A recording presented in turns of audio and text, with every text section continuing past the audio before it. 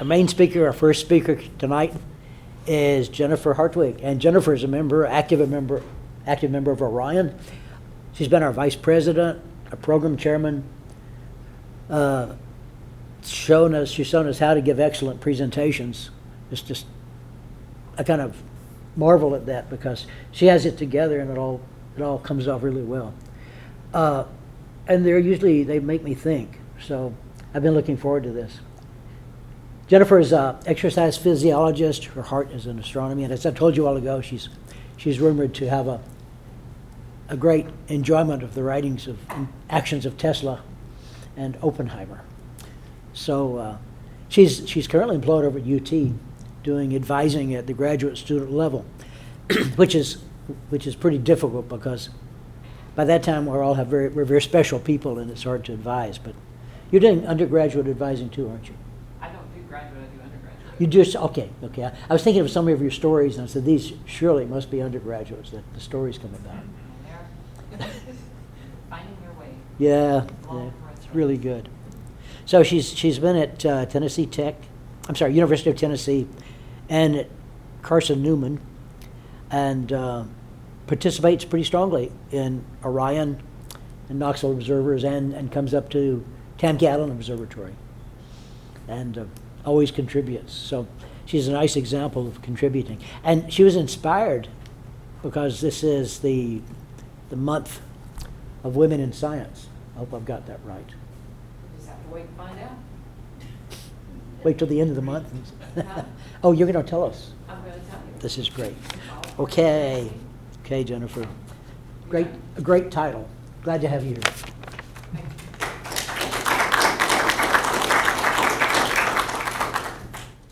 Now that he's set me up for failure, talking about the presentations,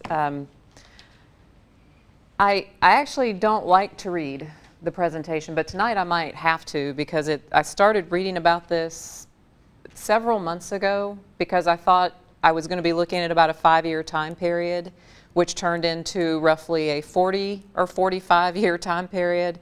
And I got kind of drawn in by the people in the story and made it a little hard to focus. I think we'll all be better off if I use my notes more so than not. To give a little background, I just got back from a meeting in my true profession with the American College of Sports Medicine, and one of the best presentations that I heard was from John and I's former professor and friend, David Bassett, who is a well-renowned researcher in his area. But the presentation that he did that resonated with me the most had to do with the background and the history of one of the researchers that we had read about for years. And I enjoyed seeing the researcher not from the research side, but from the person. And so because I'm in astronomy and my background is exercise physiology, I have to look at this as almost an outsider and not a technical person, and especially with some of the people in this room here tonight. So when I pick these subjects, it's because I want to know it. I want to know this topic from the other side, from the non-technical side. So keep that in mind as we go through today. So I picked this title, and hopefully you'll learn why in a minute. I do want to get the background of I am not a feminist, period. I happen to believe that women are very equal. I think we were made just as equal. I've never had reason to think anything different. But I wanted to just present maybe the history of women in science in a little bit different manner. We hear a lot about women in science maybe having been held back, obstacles put in their way. I spoke a couple of years ago about 3 women who really went through some difficult times, one to the point that she was murdered, and so I thought that was pretty extreme. But I also think that there's more often than not a story of men that were close to these women that succeeded, that were actually very helpful. And I don't think we hear enough about that kind of relationship in science, or at least I tended not to hear about it. So that's a little bit of the background of what I'm doing. So December 15th in December of 2015, the United Nations General Assembly designated February 11th as the International Day of Women and Girls in Science. So this is the third, this past February 11th was the third anniversary. It's only the third time it's been celebrated. And the goal was to recognize the fact that women are less represented in the scientific world, maybe figure out what are the reasonings behind that. And I'm not going to go into that as much today, but I have to say that as a woman, when I see a day designated for women in science, part of me is thinking, do we really need this? Women have been doing science for years, and they've been doing it very well, and they've been doing it successfully. But then I have to stop and think that not all women come from the same perspective that I do. I grew up, my dad was a mechanical engineer. He taught me growing up and explained things often ad nauseum, and to which I would listen, and I enjoyed that aspect of it. He never treated me like I was a girl I wouldn't be interested. He always just assumed I wanted to hear what he had to say. My mother went back and got her master's degree when I graduated from college. Her background is in education, so between the two of them, my dad was an explainer, and my mother constantly said he didn't do it well enough, that he needed to learn how to teach better. And so I listened to them go back and forth, and out of that, I kind of got a very strong sense of being able to ask questions and being able to say, I don't know, and being able to try and learn things and figure it out.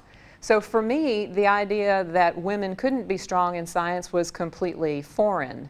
But I do recognize that there are women who haven't had that same support. There are women that grow up in parts of the country or the world where maybe they are not given those same opportunities. So from that aspect, I guess I'm kind of comfortable with having to have a day to recognize for women and girls in science. March is actually Women's History Month. So the women in science get one day, and I hope one day that we won't need to recognize that publicly. So I started to think about when I joined this club 5 or 6 years ago. I walked into the KO meeting, and Roger was there as friendly as he ever was. He didn't know who I was. I had really no reason for being there other than interest, but I was welcomed with open arms. The same thing with Orion. When I walked into there, I can remember the first meeting, walking down and talking with David, and he was very accepting.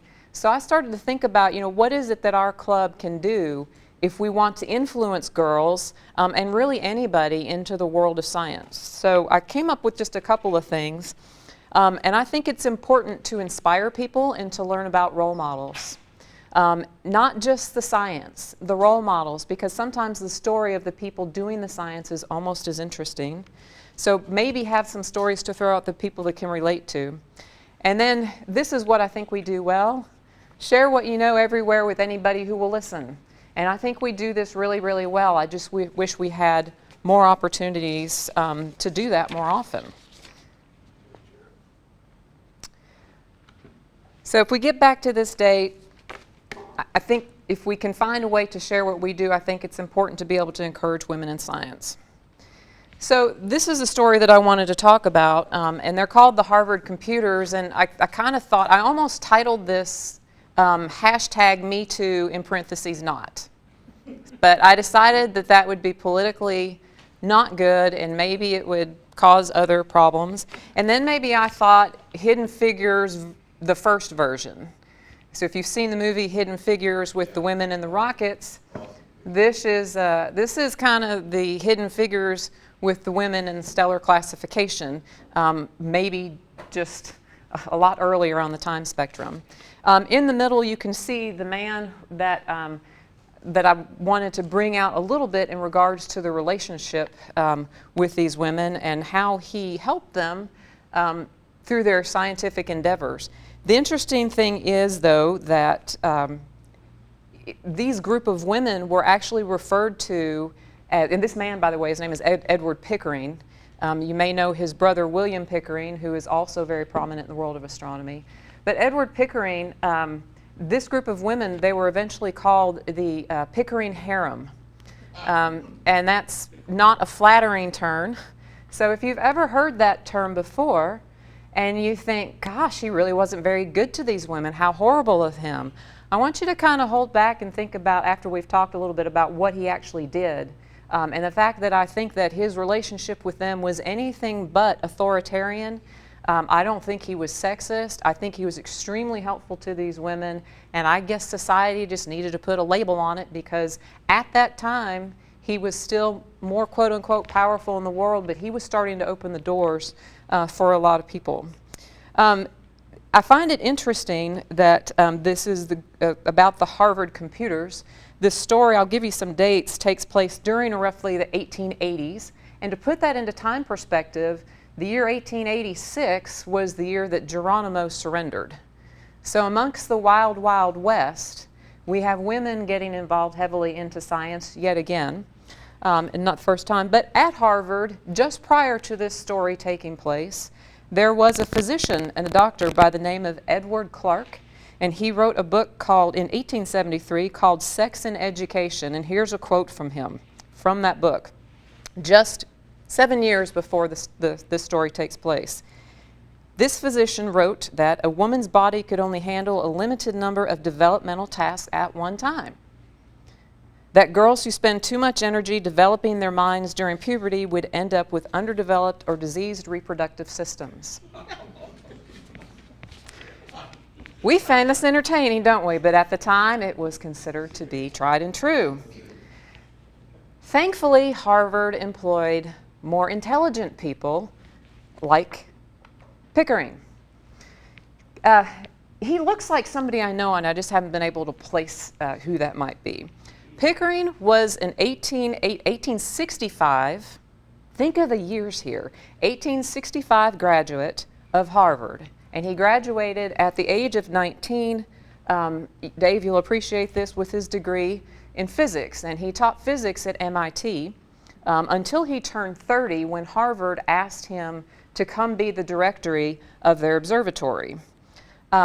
Pickering was known for being very hands-on. He was recognized as one of the first people to develop a lab manual, to do experiments. He encouraged his students to do experiments.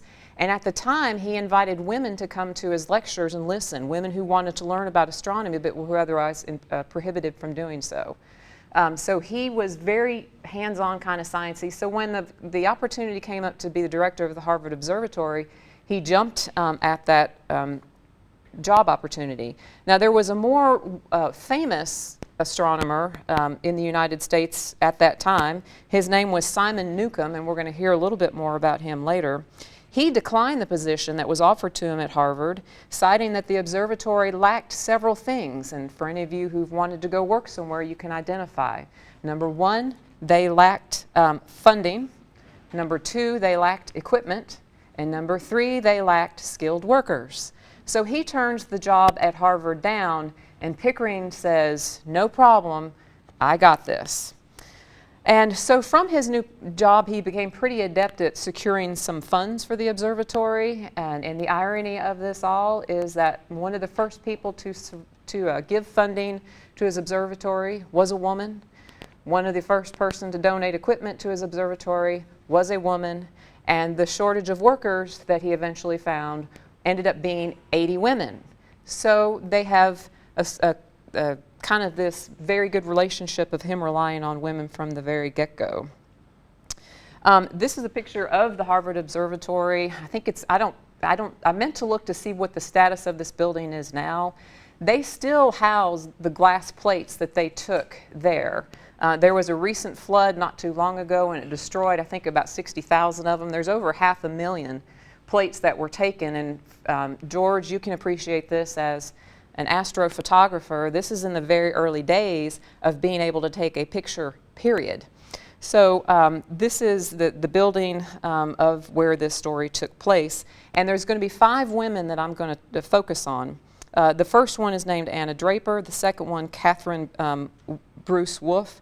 The third one is Wilhelmina Fleming. The fourth is Henrietta Leavitt. And then Annie Jump Cannon, or Annie Cannon as I'll call her. I'm going to briefly mention another one by the name of Antonia Mori. But what these accomplished as a team under the direction of Pickering, and actually not even under the direction, I guess he did kind of direct it, but he also welcomed their ideas, and we'll see some other things that he did to help them along the way. So these are the women we're going to talk about. The first one I'm going to look at is Anna Draper. Anna Draper is there on the right. I cannot imagine having that hair in 1880. I mean, how do you just mess with it. But this is this very lovely woman. And her husband on the right, those you've probably heard of him, his name is Henry Draper. How many have heard of Henry Draper? Oh, yeah. Dave, okay. So you've heard this, and you'll figure out from where in a minute. But Henry was actually a physician, and he had a love for astronomy to the point that let me read a little bit about what his father was. And before I get there, I wanted to point out that the date is kind of ironic because 132 years ago yesterday, the Harvard Observatory received a $1,000 check, which Google tells me today is the equivalent of $15,000. I don't know if that's true or not. And it came from Anna Draper. And you might ask why Anna Draper would donate that kind of money. And it would be the first installment that she would make, along with many others of that. So you got to ask, this is a woman whose, I think her hobby was, she was an artifacts collector. And so why would she donate the money? Well, she donated it because she had what I like to call radically different relationship with her husband of 15 years. She was not an astronomer. He was the doctor. He got into the hobby of astronomy, but she came with him to spend the time with him. She wanted to be together. And she became so close to him with the work that she became his most skilled technician. And he died at the age of 45 from complications of pericarditis.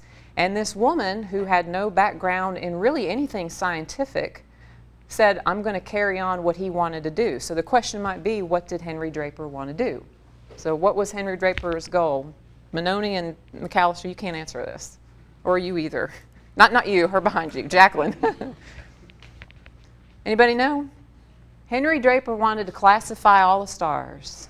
Everything else had a classification. Birds, trees, insects, you name it. This guy wanted to classify the stars. And he had a little bit of experience with some photography. His father was the first person to, it's called, I think you pronounce it daguerreotyping. Is that how you say it? Henry Draper's father, the guy on the right, was one of the first people to provide a daguerreograph of the full moon. And this is what that looked like. George, you can appreciate the clarity, can't you? But you got to think back, this is the 1800s. Henry Draper's father, John was his name, was also the one who photographed Vega as a star.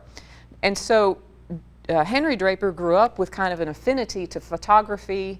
His dad was a chemist. His dad was particularly interested in the chemistry of light. And so Henry Draper grew up with this, and he thought, I'm going to catalog all the stars in the sky. So he and his wife set out to take pictures of the sky. And if you think back to the times of Galileo and early observers, how do we have records of the stars and what they look like? Well, we have them through their hand drawings. And if you've done any of the stellar observing list, what did they tell you to do?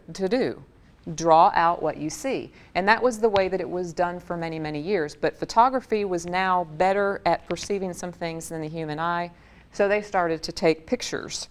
And then Henry Draper decided that he was going to take it a little bit further, and like when Newton split the light, and I guess it was von Fraunhofer, is that who it was? When he looked at the light in the spectrum a little bit, he saw the lines. And so Henry Draper said, I'm going to take this a little bit further. I'm not going to photograph just the stars. I'm also going to photograph the spectra. So if you look at the plates, it's the stars plus their spectra after it had been split through a prism. And he wanted to find out what was in common and categorize those like that. I think it was the father. Does anybody know what this is? Picture of? This is something we look at all the time. It is the trapezium within the Orion Nebula. This picture was taken by Henry Draper, and he was the first person to photograph the Orion Nebula on September 30th of 1880. And this is, I think, as far as I can get, the copy of what he had. So you can see photography had a long way to go still. But what he did is he put the prisms to split them into a spectra, and these are some pictures from the Harvard Observatory's records of kind of some of the different spectra that they might have been looking at, only it didn't look this pretty on the photographic plates that they were doing. The continuous spectrum, obviously if we look at it, looks like this. They had some of the absorption lines in the spectrum, and so they started realizing that some stars, while they didn't understand why, had the same markings, and so they wanted to classify those all together. So you can see how pretty that looks, and that wouldn't be too hard to classify, except for the fact that this is what one of their plates look like. Can you imagine looking at that? This is one plate. They are about 8 by 10 in size, and there's 500,000 of them that were taken over the course of these 20 or 30 years. And so what the markings are markers of location. They wanted to orient them in the sky, and all of the stars on all of these spectra were categorized in that way. So Anna Draper, once she decides to give that money to the observatory, she said, I want to carry on what my husband has started. So here we have this woman who doesn't really have any background at all. And within her husband's death, within just several years, she approaches William Pickering. Because of Pickering's love for physics, she knows that this guy wants to catalog the sky. And she approaches Edward Pickering and gives him the money.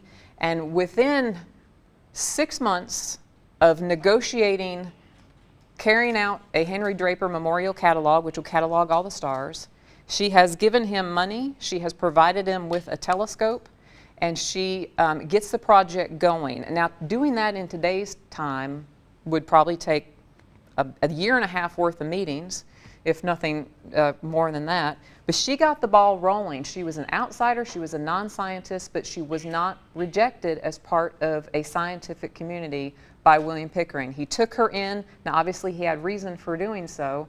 He needed the money, he needed the equipment, but he honored her, and he continued to work with her throughout the time period that she was working with him. We're not sure if this is a picture of Pickering. I've seen some people say yes it is, no it's not. But after Henry Draper died, Anna, his wife, dedicated this telescope to the observatory at Harvard. The second person that I want to talk about is Catherine Bruce. This woman also was not an astronomer. She was not a scientist. She was a philanthropist. Her father, I think, had something to do with typesetting.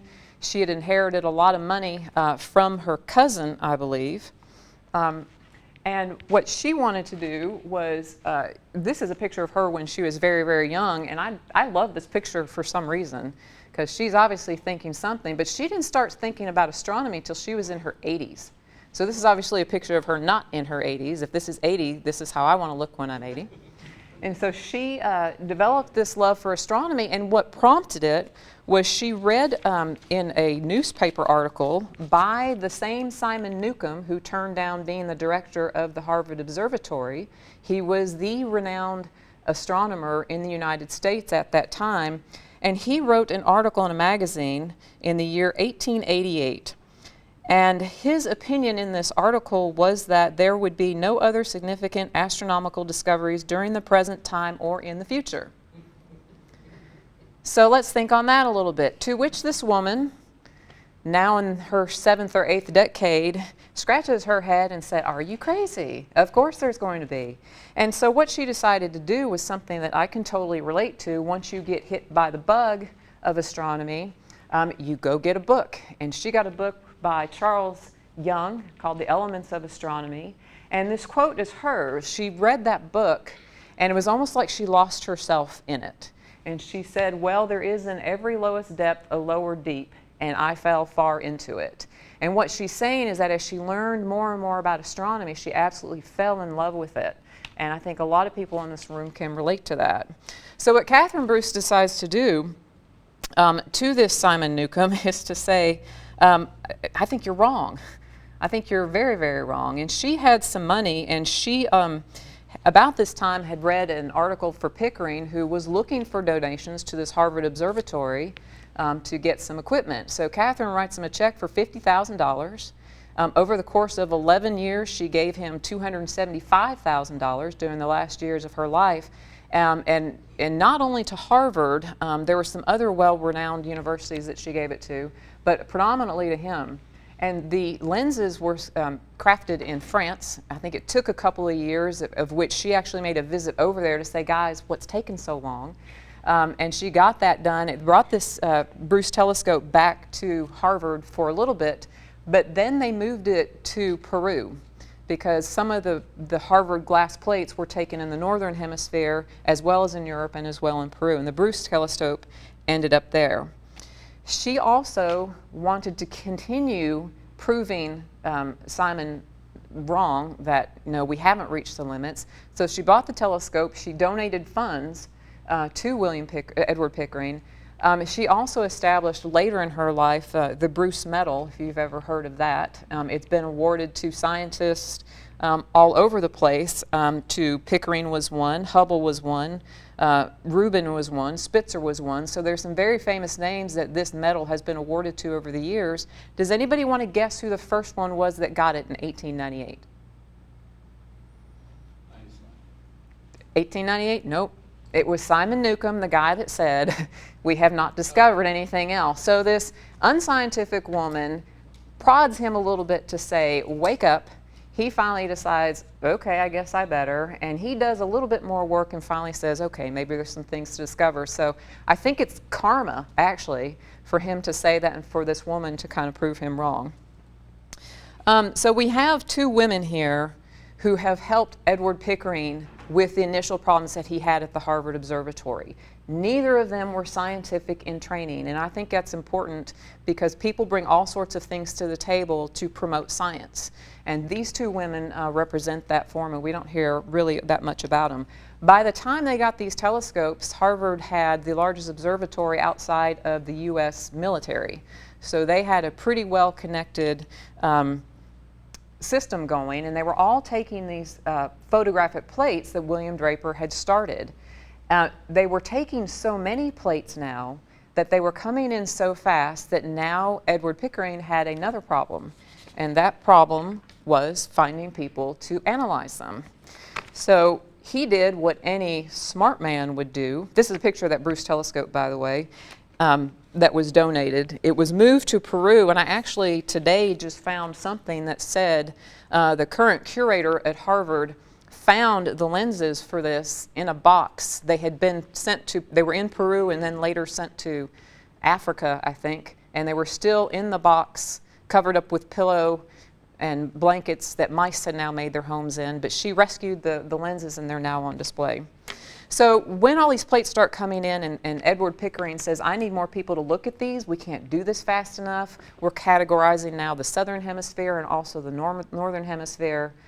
So he does what any good man does, and he hires his maid, because that makes perfect sense, right? Wilhelmina Fleming is who we're going to talk about next, and she literally was his maid. And if you think back to the Harvard computers, I know this is a shocker, but computers at this time were not electronic, they were people. And they did all the calculations over and over by hand. They were looking at this spectra, they were trying to make all these notations, making calculations by hand. Wilhelmina Fleming was his maid. She, actually at that time, the Pickerings lived at the observatory, and he saw how diligently she worked, and he hired her to do work. And he got so frustrated with the men that were doing the calculations, and this is tradition, I couldn't find anything to actually support this 100%, but I like the story, it's great. The men were not doing well with the calculations, and so Edward Pickering looked at him and said, my Scottish maid can do better than you. And he proceeded to hire his Scottish maid, Wilhelmina Fleming. He hired her largely because she thought she was a good worker, but there was another reason that he hired her. Remember I said he had three problems. He had lack of funding, lack of equipment, and lack of workers. So we have some funding, we have some equipment, and we have no workers. And we still have limited funding. So what do you do when you have limited funding but need more workers?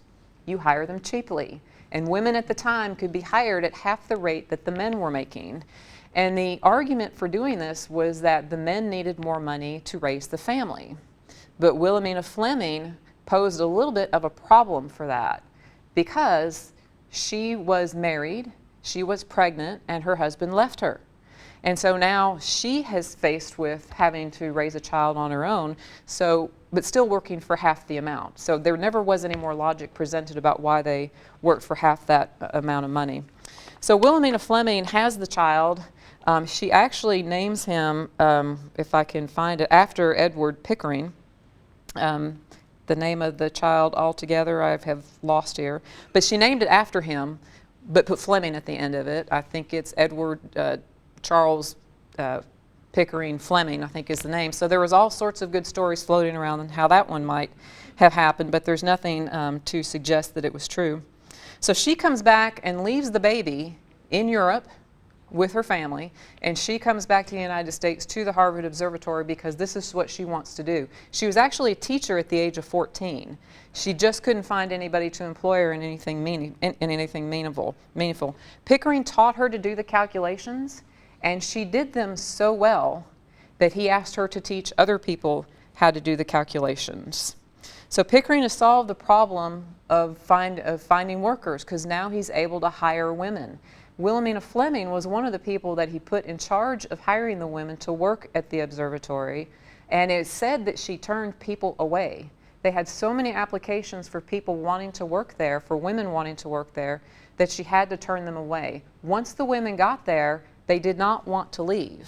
So this does not gel well with me if you're going to say that Edward Pickering was somehow, the Pickering harem just doesn't hold true. Apparently he respected them, he taught them, he supported them, he put women in charge of doing things. Wilhelmina Fleming is responsible for the first publication of the Henry Draper catalog.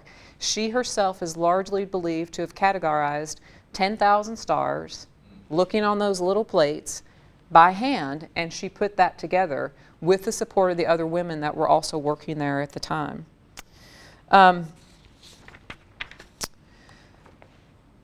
She developed a system to look at the stars and classify them, because remember, we wanted to do more than just document where they were. They wanted to know, how do we classify these stars? So Fleming set up a system and labeled them A stars through P. Just use the letters A through P. And what they were doing was looking at the spectral lines for hydrogen. And so she devised a system to organize them by the strength of the hydrogen lines. And she started with the letter A, and she went up through the letter P. And that's how the first Draper catalog was categorized, by that.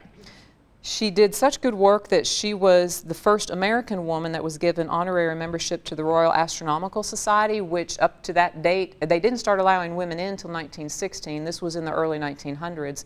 Only 5 other women, or 5 altogether, have gotten that recognition. She's one of them. Caroline Herschel is one. Mary Somerville is one, and there's 2 others that are escaping my mind right now.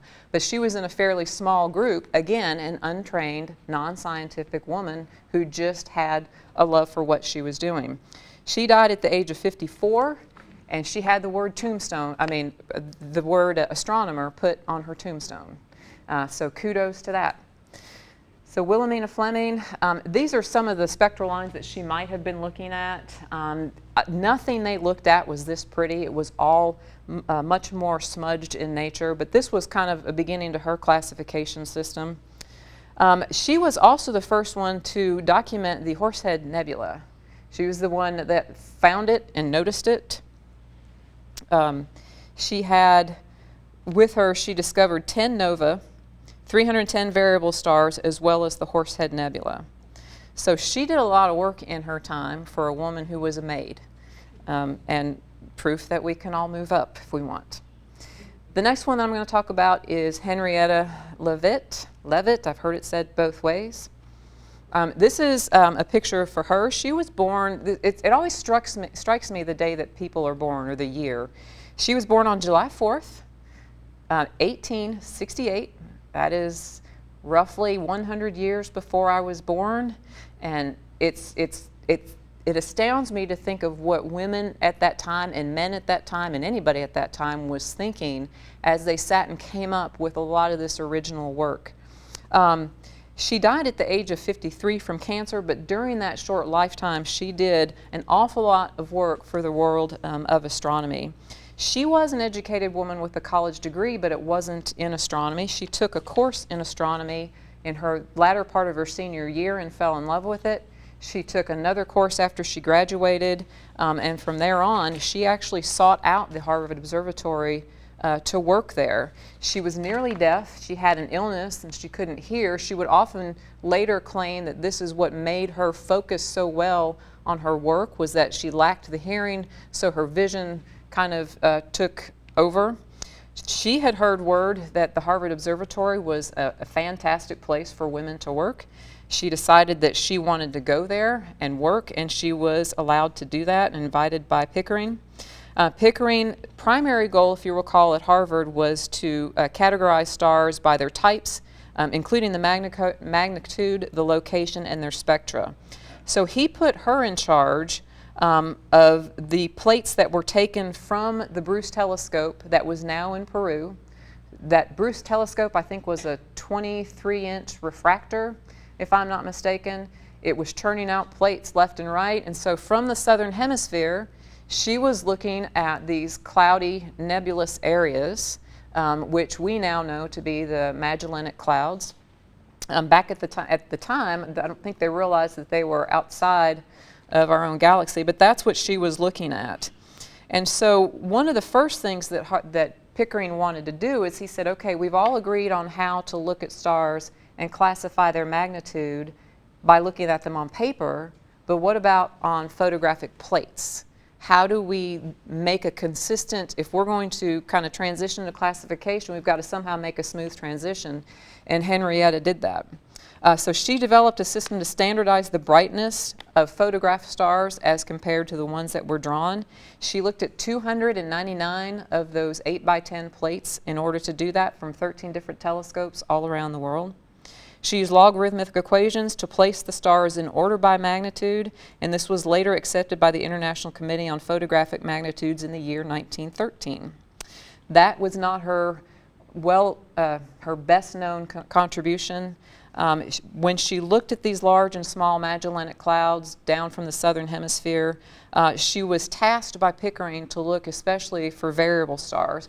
Over the course of her career, she would discover 2,400 of them visually. 1,777 of them were from the Magellanic Clouds.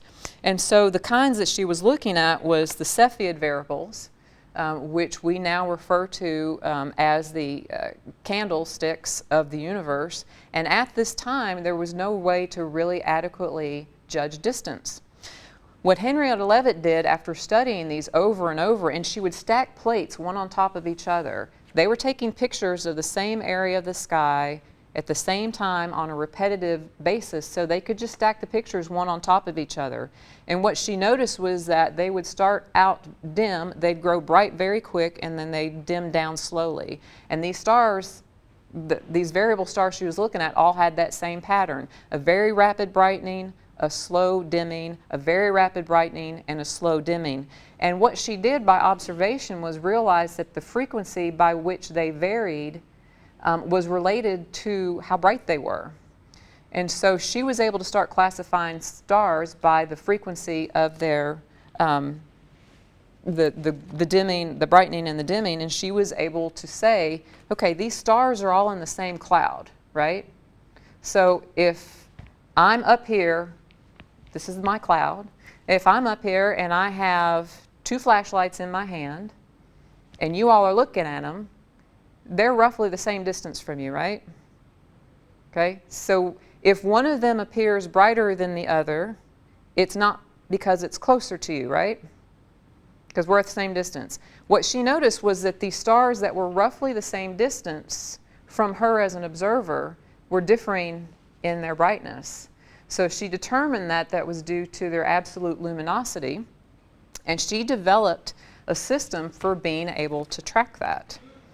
This was the actual plate, I think, at least as I heard it. Those are all the markings. That's the Magellanic Cloud, and this was actually the plate where she started to use some of the relationships of the brightness of these stars to be able to determine the luminosity versus their period of when they became bright and then dim. And she correlated all of that.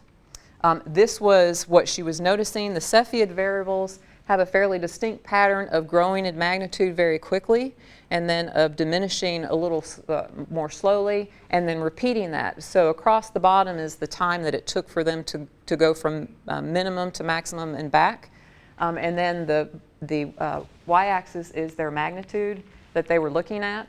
And so she started to make this comparison, and she published this, I believe, in 1906. Her findings of the patterns, and she published it in a book, which was the Harvard Circulars, where she put it. So this is some of her graphs that she drew, and you could see her making kind of the relationships.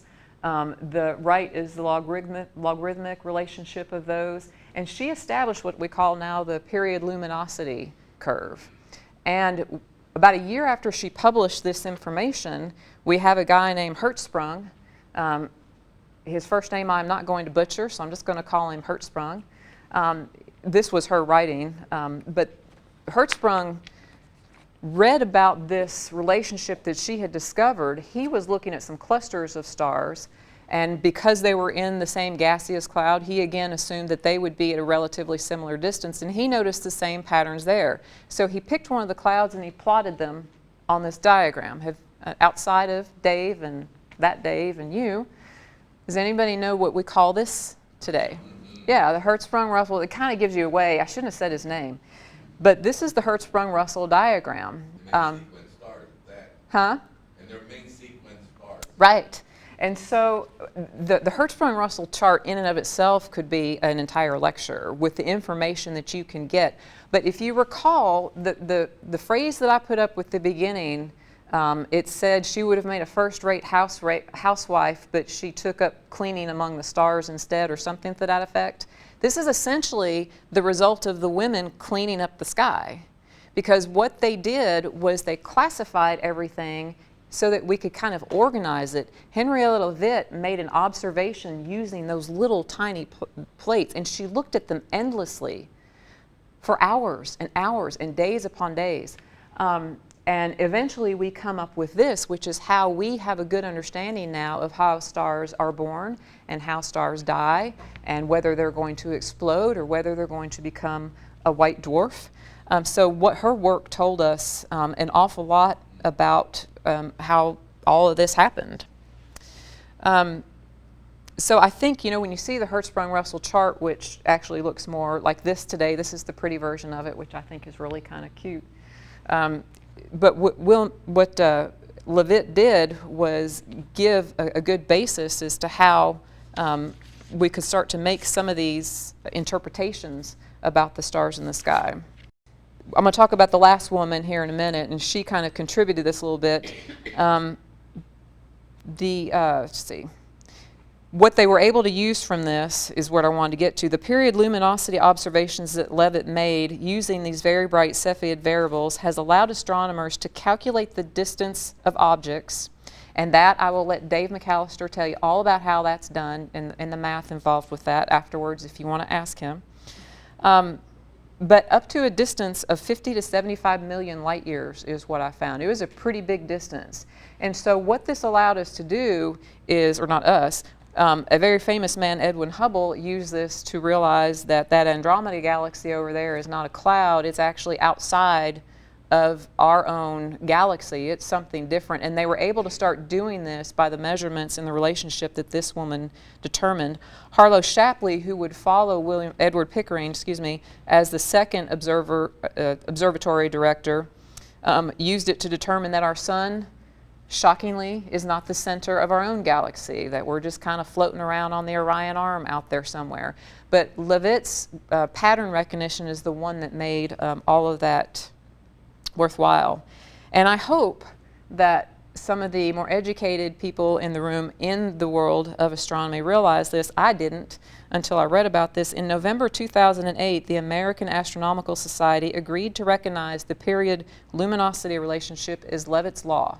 And I had not heard it officially done that. Now, officially, the American Astronomical Society, I don't think, can label anything. It's called whatever it's called, and I don't know that they can force a change.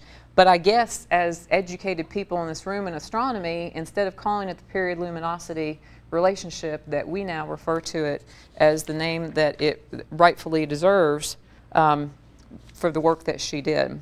Her coworkers would often cite her as having one of the most gifted minds at Harvard University. There was a lot of back and forth about, had she been allowed to use her mind instead of doing these very rote tasks, what else might she have come up with?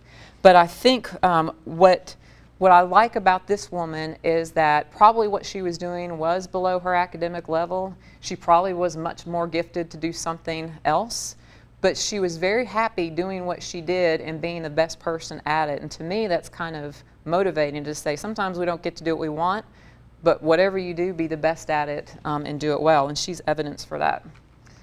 So the last one that we'll talk about is Annie Jump Cannon. This woman followed up Leavitt, and she's really well known for now being kind of the mastermind of the current stellar classification list that we get. This woman, of all the ones that we have talked about tonight, really was educated in the world of astronomy. She got a degree in physics from Wellesley College. She would eventually end up with a master's degree from there. She was inspired by her mother, who took her out to view the constellations at a very young age. She had pretty much a desire of what she wanted to do. Like Leavitt, she was nearly deaf, and so there's a lot of argument as to whether or not that played into her very good visual skills. She was unable to find a job, whether or not because of her deafness or not, they don't know, but she took up the habit of two things that would help her out. Number one, she learned spectroscopy while she was in school. And the second thing that she learned was to take photography. When she couldn't find a job, she went and became a photographer. She chased some eclipses around the world. And so those two things combined together, when she goes to Pickering and says, "Do you need help?" He's like, "Yeah, you know spectroscopy and you know photography. Of course we have a place for you here." So what she did was to revisit that system that Wilhelmina Fleming had developed for classifying the stars, the ones that she lettered A through P.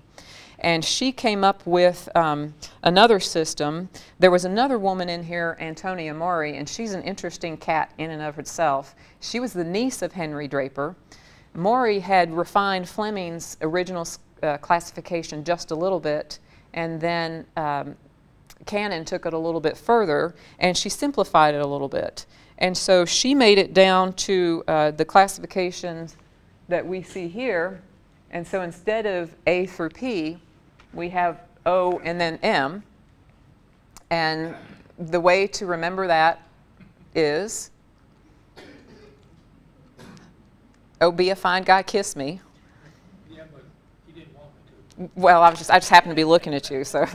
But that's how we remember this. And so what they did, in between the time Fleming came up with her A through P, because the question is always like, well, how did O and B get before A? It's completely out of order. It makes no sense. But when Fleming had first organized A through P, they just knew that those stars had the same signatures, but they didn't really understand why. And so in between that time, they had learned that the very, very high temperatures of the O and the Bs were eliminated the hydrogen spectra from those stars, and so it moved O and B in front, and the rest of them are in order. Cannon did away with some of the other lettering. She inserted the 0 through 9 classification, and which is what we use today. So for example, our star is a G2, I believe. G8? Yellow dwarf G8. Okay, I thought it was a G2. See, I learned something. But it is a G, so I get 50% credit for that. But they simplified that a lot, and so this is how we kind of look and know information about the stars using the system that she created. Interestingly enough, this is not called the Cannon stellar classification chart. What's it called? It's called the Harvard classification chart. She had done a lot more work. She classified 225,000 stars altogether. If you think back to Wilhelmina Fleming, who was pivotal in publishing the Henry Draper catalog of stars, that was 10,000. This is now 225,000. This woman did a lot of work visually on all these photographic plates. So she's the first woman in the University of Oxford to be bestowed honorary doctorate. The American Astronomical Society has an award named after her and presents it to a female astronomer in the early stages of their career. One of the people that was rewarded that was another woman, but we don't have time to talk with her because she's done a boatload of stuff. Cecilia Payne Gaposchkin followed her, but Cecilia came to the Harvard Observatory after Pickering died, so she's not part of the Pickering's harem group, and so I elected to stop with some of those pivotal women with her. So there was some things that I just wanted to follow up with, and then I'll be done. And I'm going to read this part because it's a quote from a book that I don't want to mess up. Bill Bryson wrote one of my favorite books of all time, Short History of Nearly Everything. Who's read it? It's a fantastic book. It's chapter by chapter.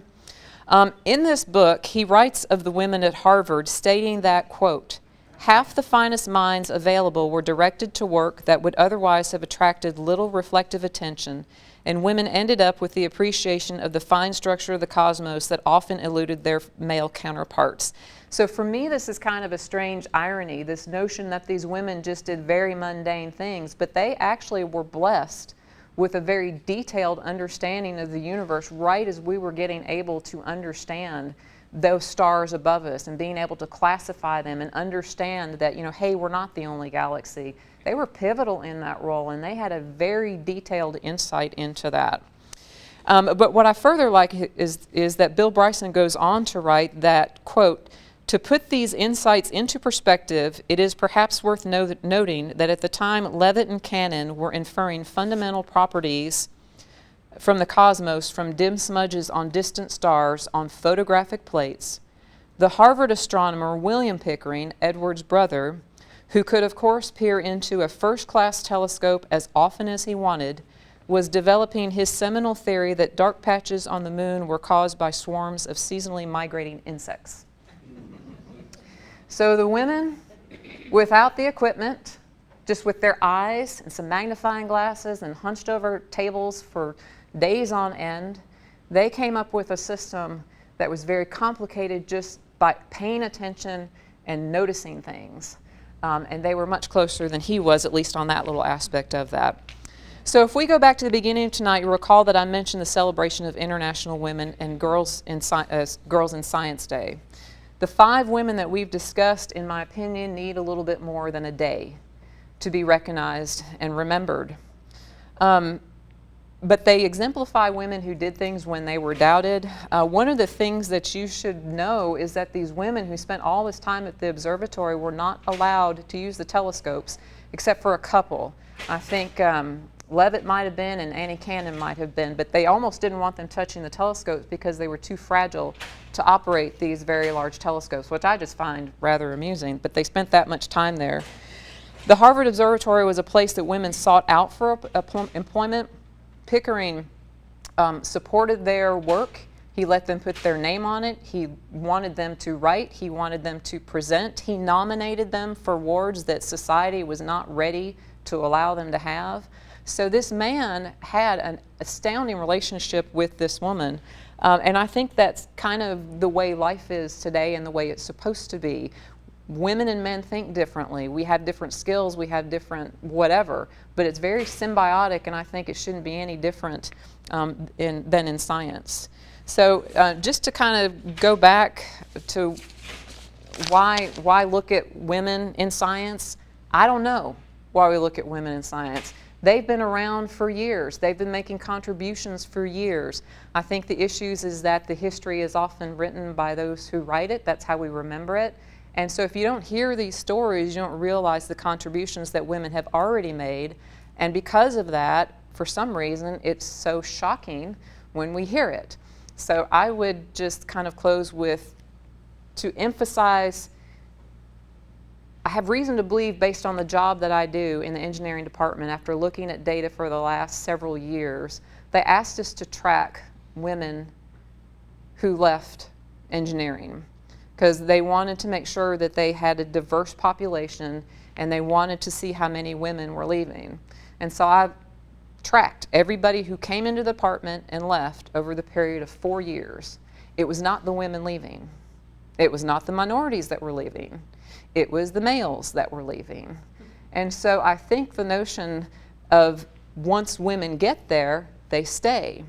I think for our clubs, we have to be more involved with exposing the women to it when they're in middle school so that they realize that it's an option And that's where I think Roger's efforts, I know Dave's with his astronomy students, to get people interested at an earlier age is so important, because then we'll be so overrun with females that have been exposed to this at a young age that we won't need a day for them to be recognized. So that's all I have, and I think you are up next.